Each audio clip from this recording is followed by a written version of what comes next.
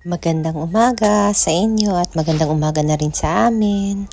Ayan, another video na naman tayo sa A Day in Our Life. So, yung mga anak ko, nagmo-moment pa sila. Si ate at si Veronica. Kakagising lang nila. Nauna na pala kaming gumising ni Mahaber.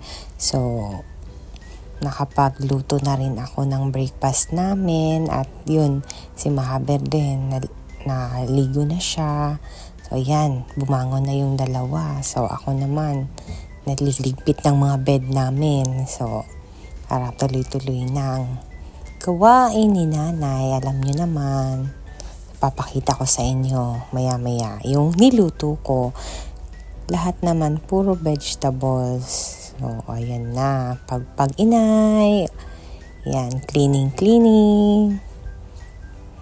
At ayan, malapit na ako matapos. After that, makakainin ko na ang mga anak ko. Naghihintay na sila dun sa kusina. Ayan.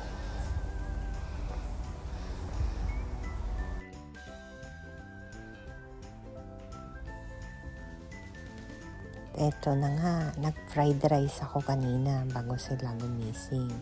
So ayan, nagluluto ako. Tapos may tira naman kaming pasta kagabi. So ayun, ininit ko lang din yon. At gumawa na rin ako ng salad. So, yun lang naman ang kakainin namin.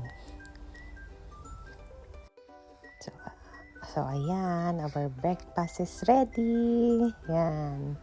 Nakaupo na yung mga anak ko dyan, naghihintay. Sabi pa na nga ng ate, gutom na daw siya, gusto na daw niyang kumain agad.